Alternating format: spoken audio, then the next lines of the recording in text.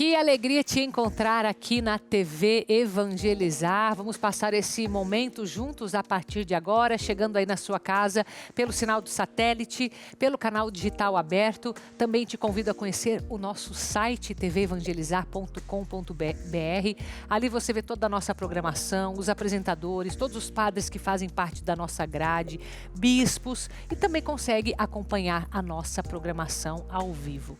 Inclusive, falando sobre programação, nós vamos falar hoje sobre um dos salmos mais procurados desde 2004, que é o Salmo 23, aquele que fala sobre o bom pastor. E nós vamos pegar esse gancho para conversar com o padre Alex Nogueira sobre o poder de rezar os salmos e até algumas dicas para que você possa criar este hábito na sua vida de oração. Vamos também falar sobre um modelo de trabalho conhecido como microshifting, que permite algumas pausas frequentes com a finalidade de recarregar as energias ou então de resolver algumas pendências pessoais. Em uma reportagem especial, vamos conhecer pacientes terminais de um hospital que escreveram um livro de receitas para deixar de memória aos entes queridos. Vamos para o Nordeste conhecer a Igreja do Desterro. Foi construída em 1618 pelas mãos da própria população. Então fique aqui comigo, estamos começando o programa A Vida em Foco.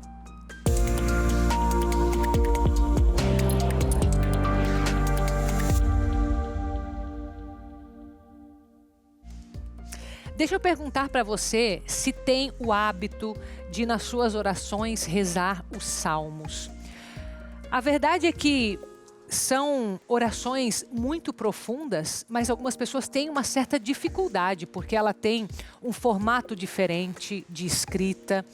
Pelo fato de estar no Antigo Testamento também já apresenta um pouco algumas dificuldades. Mas alguns, como por exemplo é o caso do Salmo 23, são amplamente divulgados, tanto que desde 2004, o salmo mais buscado na internet foi este Salmo 23. O Senhor é meu pastor e nada me faltará. Talvez porque seja um salmo que as pessoas aprenderam dentro da própria liturgia da igreja a recorrer num momento de maior aflição, não sei. Mas a gente pode aprender muito com os salmos, né? E talvez ter na sua rotina esse tipo de oração vai fazer mais sentido depois dessa nossa conversa com o padre Alex Nogueira. Então eu dou as boas-vindas aqui, ele que é sacerdote da Diocese de Jacarezinho, no Paraná. Padre, a sua bênção, seja bem-vindo à TV Evangelizar mais uma vez.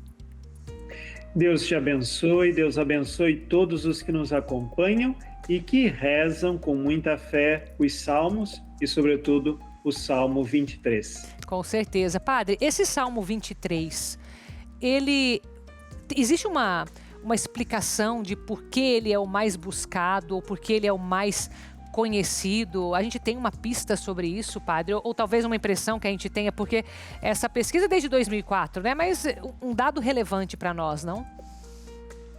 O Salmo 23, além de ser utilizado na liturgia e ter se tornado tão popular, é que ele é um salmo de aconchego, onde nós renovamos a nossa esperança em Deus.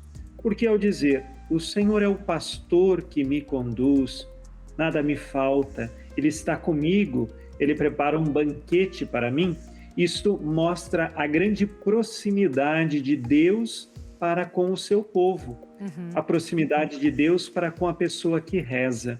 E tenho certeza que qualquer pessoa, na alegria ou na tristeza, ela busca de Deus viver esta proximidade. Ela quer esta proximidade com Deus.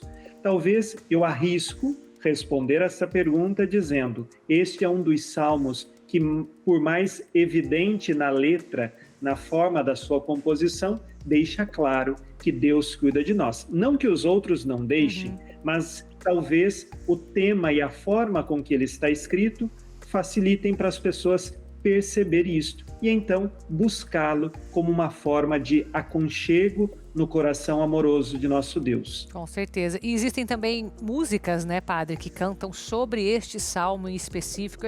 Isso vai acabando, vai ficando também na memória das pessoas, acredito, vai ficando mais familiar também. O senhor acredita que isso influencia também ou não? Sim, com certeza. Na cultura popular, as músicas que existem, ou mesmo quando você vai abrir o livro de Salmos, talvez você pense assim, mas em qual salmo eu vou recorrer? E logo já vem à mente, eu vou ao Salmo 23, em algumas Bíblias, por conta da diferença entre a Bíblia grega e hebraica, é o Salmo 22, mas seja o Salmo 22 ou 23, muitos também recorrem ao Salmo 91, mas com certeza sim, por conta da cultura popular, das músicas, da liturgia, esse salmo fica vivo na memória. Mas tem uma curiosidade interessante do salmo. Quando ele foi composto, lá no Antigo Testamento, ele estava dizendo de uma realidade muito comum do seu povo, que era a realidade rural, não? Sim. O pastor cuidando de ovelhas. Hoje, no mundo muito mais urbanizado, talvez esta figura ela não esteja tão próxima da nossa realidade. Só que sabemos que há décadas atrás o contexto era outro. O contexto do nosso Brasil era muito mais rural. E este salmo, eu arriscaria dizer, por estar tão vivo na memória do povo nas décadas passadas, ele transmitiu para gerações atuais, também dando uma outra alternativa de resposta à sua primeira pergunta. Faz sentido, faz sentido. Padre, e agora olhando para os salmos de uma maneira geral, o que o senhor diria a respeito desse tipo de oração? É uma oração fácil? Ela exige mais? Como que as pessoas que querem se aprofundar na oração dos salmos poderiam sentir que estão progredindo nessa oração? Bem, para explicar o método como um cristão católico deve rezar o salmo, nós devemos lembrar um dos 3 critérios de interpretação das Sagradas Escrituras. É de que há uma unidade entre o Antigo e o Novo Testamento, de que não há uma oposição entre Antigo e Novo Testamento. Tendo em vista este critério de interpretação, tudo o que há no Antigo Testamento, direta ou indiretamente, aponta para Cristo. E aí, quando eu vou rezar um salmo, por mais que ali eu não encontre a palavra Jesus Cristo, o nome de Jesus Cristo, eu tenho que ter consciência que tudo nos salmos, assim como também nos outros livros do Antigo Testamento, eles apontam para Cristo. E aí, vou pegar o exemplo do Salmo 23, quando eu digo, o Senhor é o meu pastor e nada me faltará, eu, é claro, não estou falando o nome de Jesus, mas devo fazer uma interpretação à luz de Jesus. Quem é meu pastor? Quem que veio do seio da Trindade por amor a nós e se encarnou? Jesus Cristo. Então, o método para podermos rezar com eficácia qualquer um dos 150 salmos é rezar sempre à luz de Jesus. É nos colocarmos no lugar de Jesus e dizer, olha, como se Jesus estivesse rezando aqui e ele está presente nesta oração e assim também presente na minha vida. Perfeito, ficou bem mais claro com essa explicação, padre. Muito bom. Eu agradeço a sua participação aqui mais uma vez, sempre nos ajudando a crescer espiritualmente. E, bom, me despeço do senhor, padre. Seja sempre bem-vindo, viu? Eu que agradeço a oportunidade de participar novamente aqui, que todos tenham uma oração muito frutuosa, sobretudo com os salmos. Um grande abraço a todos, que Deus abençoe. Amém, Padre Alex Nogueira, que está falando diretamente da Diocese de Jacarezinho, no Paraná. E já que nós estamos falando em salmos, você sabe que nós temos aqui na TV Evangelizar um programa para você conhecer a palavra, inclusive o nome, e quem conduz este momento é doutor em Bíblia, doutor na Sagrada Escritura, que é o nosso arcebispo metropolitano aqui de Curitiba, Dom José Antônio Peruso. E em um desses programas, ele falou dos salmos. Nós separamos aqui um trechinho para você. Os salmos são uma realidade viva da qual participaram muitos autores. Esses muitos autores professavam sua fé, conheciam e experimentaram suas dores e conheciam as dores de um povo. Eles mergulharam nos anseios, nos sonhos e nos desânimos da comunidade da qual eles faziam parte. Essas experiências se tornaram vivências partilhadas. Tornou-se letra. Outros leram, partilharam suas novas dores e novas circunstâncias e viram-se presentes lá naquela composição e naquela oração. E aí os salmos de hoje são isso que está chamado aí, realidade viva. Eu posso orar hoje, se estou em sofrimento, servindo-me dos salmos e salmistas de ontem, que também experimentaram sofrimentos. Se eu tenho motivos de gratidão a Deus, eu posso orar hoje com as palavras dos homens e mulheres de ontem, que em forma de salmo em formas de salmos manifestavam sua gratidão, seu temor. E a palavra de Deus outrora inspirou aqueles que oravam. A mesma palavra inspira agora os que querem orar. A palavra lá, a palavra cá, Deus lá, Deus cá, procurado por aqueles de ontem, procurado por aqueles que creem hoje. O centro é sempre Deus, a palavra é humana, o anseio é humano, a graça é divina. Lembrando que você pode mergulhar no Conhecendo a Palavra com o Dom José Antônio Peruso nas tardes de sábado aqui na TV Evangelizar. Agora um recadinho para a sua saúde. Inchaços, formigamentos, dor em agulhada, em queimação, boca seca, aquela vontade frequente de ir ao banheiro, você sofre com diabetes? Você precisa conhecer Glicotrate. Ligue agora, 0800 555 5123. Diabetes não controlada é muito perigosa e pode trazer consequências irreversíveis ao seu organismo. E aí, quanto que vale a sua vida, hein? O excesso de açúcar no sangue lesa órgãos e principalmente as artérias. Segundo o Ministério da Saúde, uma pessoa com diabetes triplica as chances de problemas cardíacos. O que você precisa é baixar o açúcar no sangue e muitas vezes não consegue, mesmo tomando os medicamentos certinhos, não é verdade? Glicotrate é a cápsula inimiga do açúcar. Faz o seu pâncreas trabalhar para diminuir a glicose, diminui os sintomas terríveis que a diabetes causa. Aquele cansaço, a sonolência, a falta de energia, o aumento dos processos inflamatórios. Tudo isso diminui quando você usa diariamente o seu aliado no combate à diabetes. Glicotrate é orgânico, não tem contraindicações. E os depoimentos dos nossos clientes satisfeitos comprovam reduções efetivas. Baixam de 300 para menos de 100 a glicemia. Conseguem sarar feridas que não cicatrizam por causa da doença. Use e sinta a diferença na sua qualidade de vida. E olha mais, hein? Ligando agora, você vai ganhar um pote para 4 meses de tratamento. São 120 cápsulas de presente, mas a promoção só vale para os 5 minutos, hein? Para os próximos 5 minutos. 0800 555 5123. Ligue e ganhe 120 cápsulas do Glicotrate. Peça direto do laboratório e garanta um super desconto no seu kit parcelado e sem juros. 0800 555 5123. Eu quero trazer para você agora algumas igrejas que impressionam não apenas por toda a história, mas também pelo tamanho que elas têm. E nós elencamos aqui as maiores do mundo, a começar pela Basílica da Sagrada Família, tão conhecida no mundo inteiro, fica na cidade de Barcelona, na Espanha, está no topo da lista com 172,5 metros de altura e, portanto, a igreja mais alta do planeta. Em segundo lugar, aparece a Basílica de Nossa Senhora da Paz, fica na Costa do Marfim e tem 158 metros de altura. A Catedral de Colônia, na Alemanha, ocupa a terceira posição, tem 157 metros e 40 centímetros e por séculos ela foi considerada o edifício mais alto do mundo.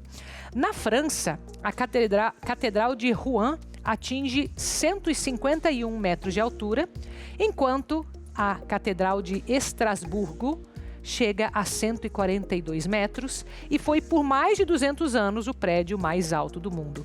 A lista ainda inclui a Basílica de Nossa Senhora de Licheń, na Polônia, com 141,5 metros, a Basílica de São Pedro no Vaticano, que alcança 136 metros e 60 centímetros. E completam o ranking a Catedral de Santo Estevão, que fica em Viena, com 136 metros e 40 centímetros, e a nova Catedral de Linz, também na Áustria, com 134 metros e 80 centímetros. Interessante, né? Muitas catedrais, muitas basílicas que estão entre as mais altas do planeta e você conheceu algumas delas por aqui. Daqui a pouquinho a gente vai falar sobre trabalho, mais especificamente, uma forma de trabalhar que permite algumas pausas mais frequentes com o intuito de a pessoa, de repente, resolver um problema pessoal que está ali tirando o foco, ou mesmo de retomar o foco no trabalho. A gente vai explicar mais sobre isso depois do intervalo. Então, fazemos uma dessas pausas aqui e você volta comigo depois dessas imagens de Minas Gerais. Governador Valadares nos acompanha pelo canal 15.1, que antes de se chamar Governador Valadares, na realidade em homenagem ao ex-governador de Minas, Benedito Valadares, a cidade já se chamou Porto das Canoas, Santo Antônio do Figueira e também Figueira do Rio Doce. 3 nomes. Já eu volto.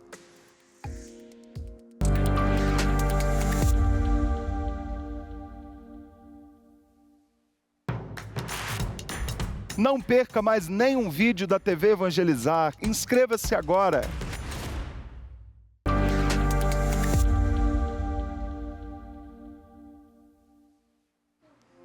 Voltamos para falar sobre uma forma de trabalho que parece ser muito eficiente, pelo menos leva em consideração alguns aspectos da nossa atualidade, porque os trabalhadores têm muitas coisas a resolver, muitas coisas que acabam distraindo, né? Tirando o foco do próprio trabalho. Isso, além de impactar na própria produtividade, acaba se tornando um peso para quem está ali naquela função, né? Que quer fazer com excelência. Então a gente convidou aqui a Débora Medeiros, que é graduada em psicologia, ela é especialista em desenvolvimento organizacional, gestão de cultura e educação corporativa, para a gente falar sobre o porquê, talvez, dessas empresas estarem dividindo mais o tempo, né, ao longo da jornada. Bem-vinda, Débora. Obrigada, Carol. Obrigada a você. Isso é uma demanda, aliás, como que a gente pode chamar isso? É um bom costume, é uma tendência, é algo específico de algum tipo de trabalho? Como que a gente se refere? Eu diria que é algo que vem acontecendo já há algum tempo. Naturalmente, talvez? Naturalmente, né? Principalmente no pós-pandemia, as pessoas mudaram um pouco os seus hábitos, né? Da pandemia para cá, os seus hábitos de trabalho, com o avanço da tecnologia, Sim, com os tipos de trabalho, né? Remoto, trabalho à distância.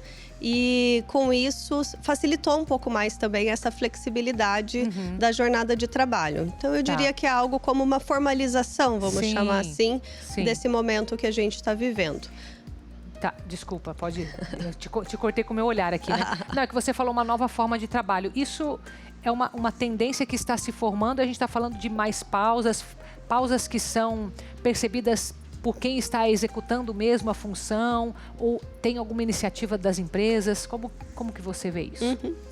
É algo que vem acontecendo de forma combinada, né? Entre legal. Empresa e empregado, colaborador.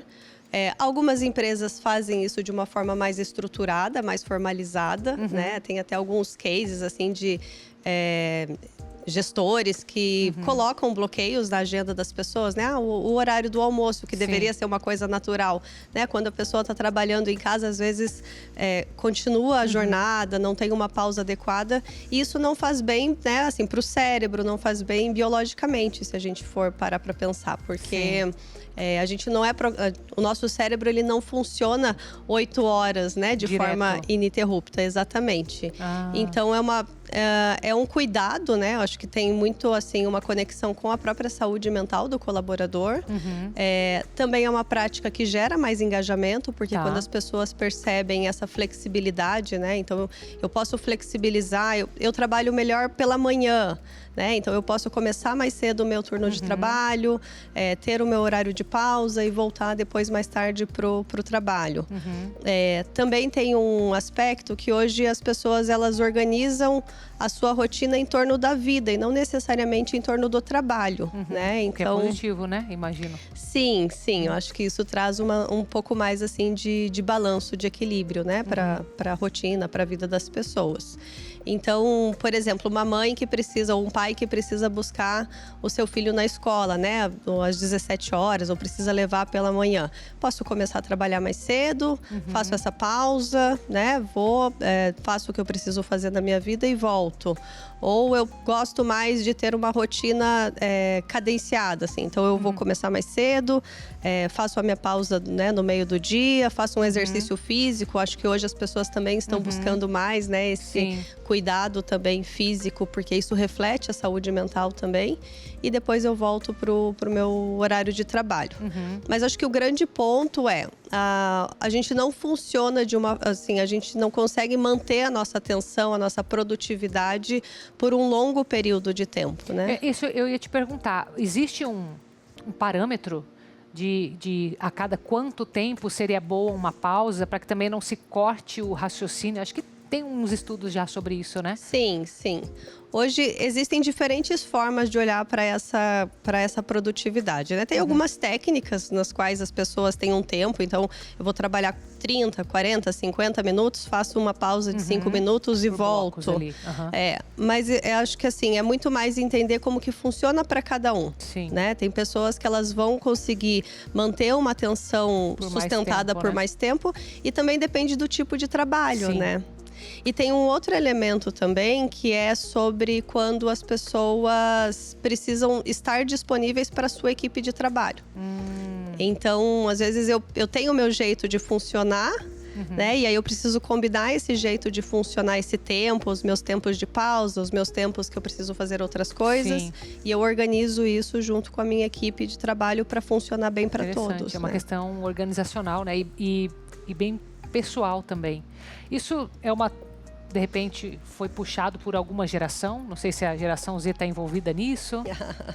Excelente pergunta, né?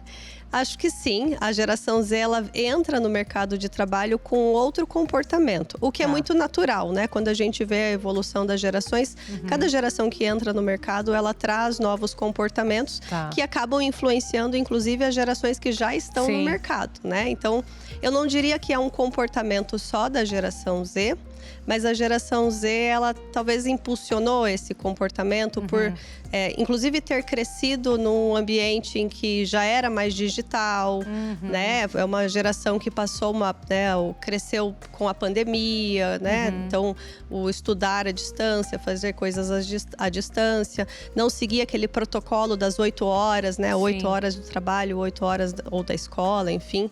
Então, sim, eu acredito que as gerações, elas trazem essas mudanças de comportamento também. É muito interessante, né? Débora, agradeço você vir aqui hoje. Muito boa a sua explicação. Seja sempre bem-vinda à TV Evangelizar. Obrigada, Carol. Obrigada a você. Vamos falar um pouco sobre segurança de transações bancárias.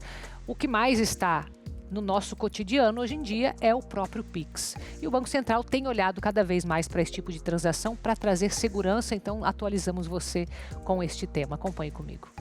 O Pix, o sistema de pagamentos instantâneos do Banco Central, revolucionou a forma como os brasileiros movimentam dinheiro, mas a popularidade veio acompanhada de um aumento preocupante nos casos de fraude e golpe. Pelas ruas, o sentimento é misto. De um lado, a praticidade, de outro, o crescente medo dos golpes. Só no primeiro semestre de 2025 foram registrados quase 7 milhões de tentativas de fraude no setor bancário. Hoje em dia é o que a gente mais usa, né? Hoje em dia a gente já não anda com dinheiro, não anda com nem cartão mais, basicamente. Então, eu acho seguro, sim. Nunca tive nenhum problema. É um sistema bem facilitador, né? Que nós, para tudo, a gente usa o Pix hoje em dia. O seu Jorge já caiu em um golpe do Pix. E olha, foi complicado e pela dor de cabeça nem procurou ajuda para reaver o dinheiro. Eu estava em Fortaleza. E daí foi aonde que essa mulher ligou para mim, não sei quem é, dizendo que meu filho tinha sofrido um acidente e precisava de R$800. Aí eu peguei e passei os R$800. E por conta dos números altos dos golpes e para elevar o nível de segurança, o Banco Central implementou o Mecanismo Especial de Devolução, o MED, um protocolo que simplifica o processo de recuperação de valores em casos de envio indevido por crime ou falha operacional. Ele vai conseguir bloquear todas as contas que o dinheiro passar. Então, quando o dinheiro cair nessa conta, imediatamente ele vai passar para a próxima. Para a próxima, para a próxima, para a próxima. E o Banco Central vai conseguir rastrear e pegar o teu dinheiro de volta. E os golpes são vários, hein? E é preciso agilidade quando cair. Então você vai denunciar em 3 lugares. Para a polícia, para o teu banco por telefone e para o teu banco pelo aplicativo do banco. Quando você fizer isso, o que o banco vai fazer? O banco automaticamente vai bloquear na hora todo o trânsito do dinheiro e você vai poder receber o teu dinheiro de volta. Com o MED, o Banco Central conseguiu mitigar os danos, mas cabe ao cidadão seguir atento, desconfiando de urgências e verificando sempre o destinatário, garantindo que a praticidade do Pix não se transforme em prejuízo. E agora um recadinho para a sua saúde. É aquele recado importante para você que precisa cuidar da sua saúde. Você que está sofrendo, lidando diariamente com dores crônicas, por exemplo, artrite, artrose, fibromialgia, você que tem aquele problema reumático que dói, causa dor, às vezes as articulações, o joelho, o pé, dói tudo. Gente, vai levantar da cama, é dor da planta do pé até o último fio da cabeça. Dá para você amenizar isso daí. Eu sei que já tentou de tudo, inclusive vive à base daquele medicamento de farmácia, que funciona somente como paliativo. Você usando o magnésio quelato da Joy consegue manter a sua saúde em dia. Isso porque ele tem ação analgésica, ajuda você a melhorar os casos de dores. O melhor do magnésio, o grande diferencial, é que ele age na causa do problema. Se é inflamação, ajuda você a desinflamar o seu corpo. Se é desgaste, ajuda você no equilíbrio do líquido sinovial, que reveste a cartilagem óssea e impede o contato de osso com osso. O frasco é novo, mas a qualidade do magnésio quelato da Joy é a mesma. A absorção rápida e você pode garantir ligando agora no 0800 591 8773. Ligou, além de você garantir hoje, ó, desconto especial. O preço de custo para você, precinho de custo, a gente vai cobrar somente o valor que é para fabricar. Vai sair mais barato para você do que aquele cafezinho que você toma todo dia. 0800 591 8773. Eu parcelo para você no carnezinho. Mando de presente o nosso cártamo da Joy, que é o poderoso seca-barriga, e vou mandar também o cálcio para melhorar a sua saúde óssea, saúde física. Use o magnésio quelato da Joy e você vai perceber na primeira semana de uso como vai trazer equilíbrio para a sua saúde. 0800 591 8773, desconto presente, parcelamento facilitado, mas tem que ligar agora. E daqui a pouquinho você vai conhecer uma iniciativa de um hospital com aqueles pacientes que já estavam em estado terminal e que tiveram uma espécie de meta, de objetivo, de legado para deixar para os entes queridos. Eles escreveram receitas da família. Olha só que ideia boa. E você vai conhecer mais depois do nosso intervalo. Então saímos para este intervalo com imagens de Natal no Rio Grande do Norte, que nos acompanha pelo canal 49.1. E a capital potiguar recebeu o nome de Natal justamente por ter sido fundada oficialmente no dia 25 de dezembro do ano de 1599. Já eu volto.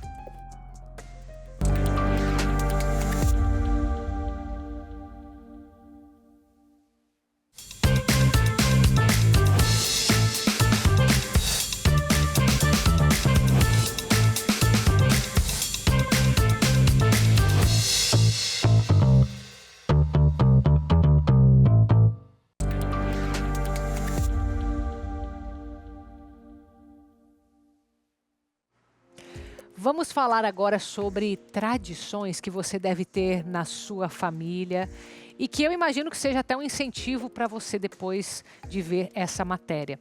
Alguns doentes que já estavam em estado terminal até tiveram a oportunidade de deixar este livro de receitas para os entes queridos. Essa iniciativa certamente deixou o coração deles muito mais aquecido, vivo, para deixar isso para as futuras gerações. Acompanhe a matéria.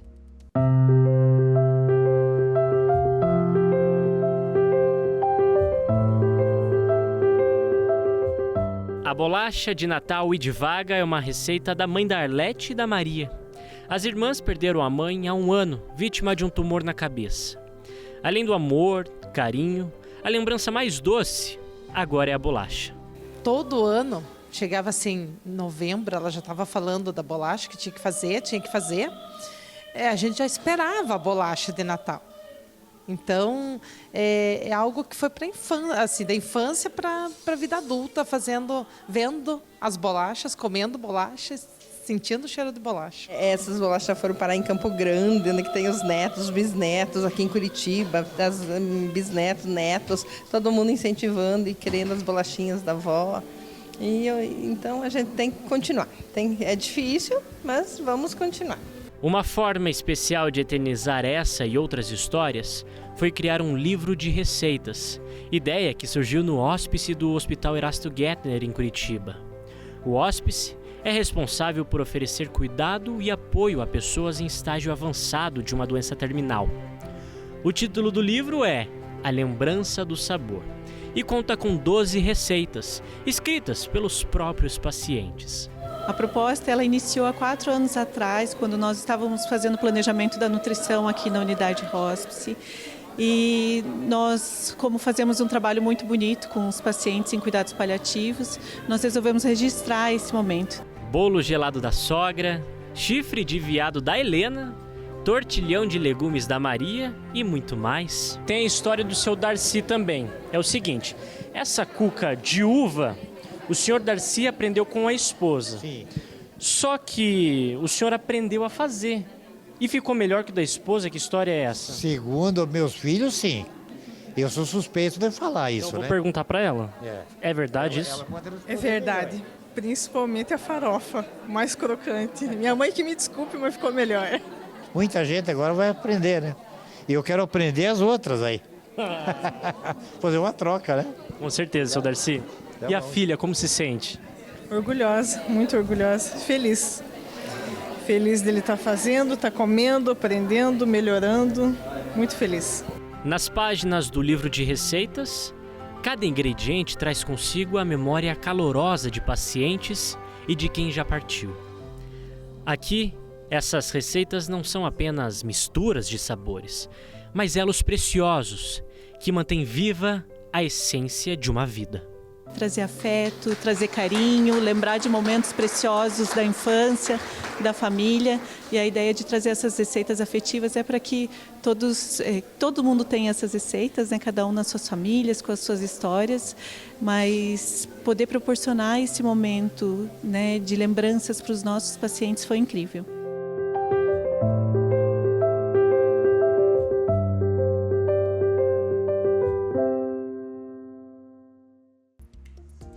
E olha, para você ver que essa tradição é tão importante, faz parte das gerações, tem pessoas que para contar essa tradição vão ter na história construção até de igrejas.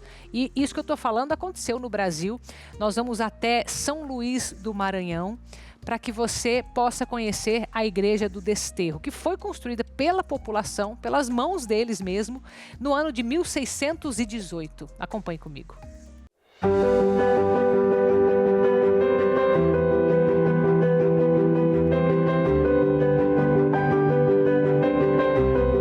Viemos visitar uma igreja cuja história começa por volta de 1618 e passa por vários percalços, ataques, reformas e reconstruções.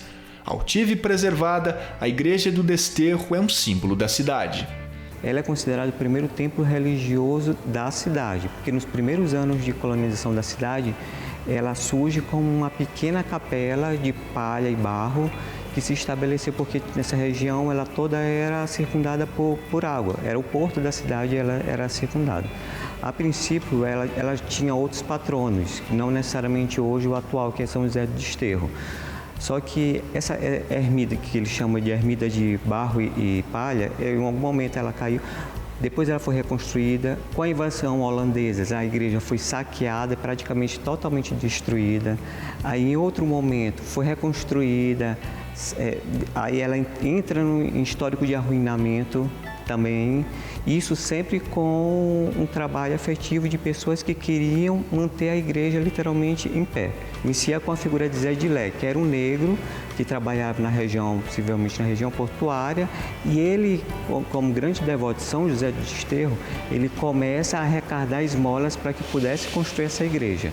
Aí ele começa a erguer ela já dentro dessa conformação de pedra argamassada, com cal e tudo mais, dentro dessa configuração espacial que ela é.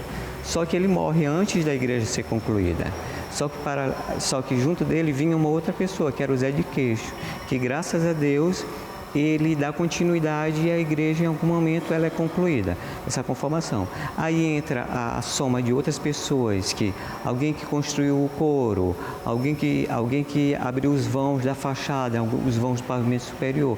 Então é uma somatória de esforço, uma somatória de fé e uma somatória de resistência que faz com que a igreja hoje ela se mantenha literalmente em pé.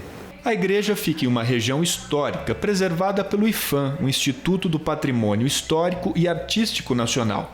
O cuidado no entorno destaca ainda mais a construção de traços arquitetônicos singulares. Ela é uma fachada com características essencialmente neoclássicas, mas ela tem umas características singulares de todas as outras igrejas do Maranhão, que são as torres centrais dela, que têm características bizantinas, que é essas torres em forma de ogiva, que elas são similares como se fosse uma cebola cortada ao meio. Internamente, ela tem os altares todos em características neoclássicas, tanto o retábulo mó quanto os altares laterais. O retábulo mó, ele é essencialmente todo na madeira, talhado, com presença de toramentos.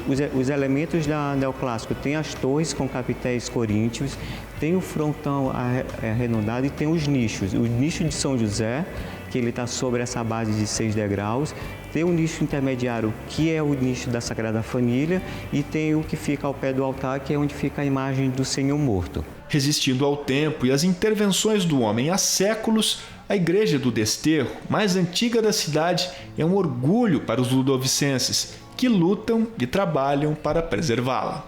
A importância de preservação de patrimônio histórico, sejam imóveis de caráter religioso, sejam imóveis de caráter institucional, qualquer que seja, que tenha esse contexto histórico, esse registro, é exatamente para que a sociedade não perca a sua memória.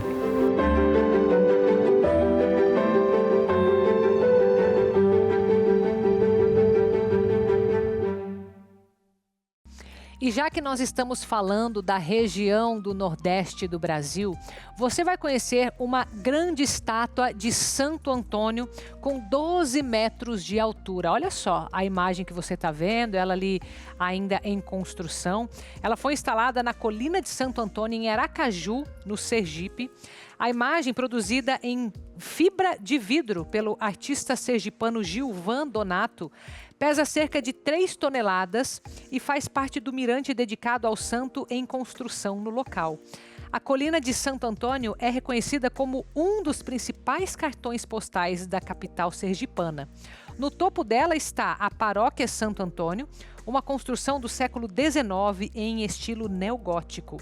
E segundo a Biblioteca IBGE, acredita-se que a igreja foi o local onde se iniciou a formação do antigo povoado de Santo Antônio de Aracaju, que primeiramente foi promovido à cidade e depois, em 17 de março de 1855, a capital do estado. Que alegria poder compartilhar com você esse tipo de notícia, esses lugares que nós podemos visitar, que são locais de verdadeira evangelização. É por isso que nós usamos os nossos canais oficialmente para isso. E você que é nosso associado é quem permite que nós continuemos evangelizando por todo o Brasil, por todas as regiões, chegando com a nossa programação 24 horas. Então, muito obrigada pela sua generosidade, porque aquela doação que todos os meses você faz para a gente é o que nos sustenta.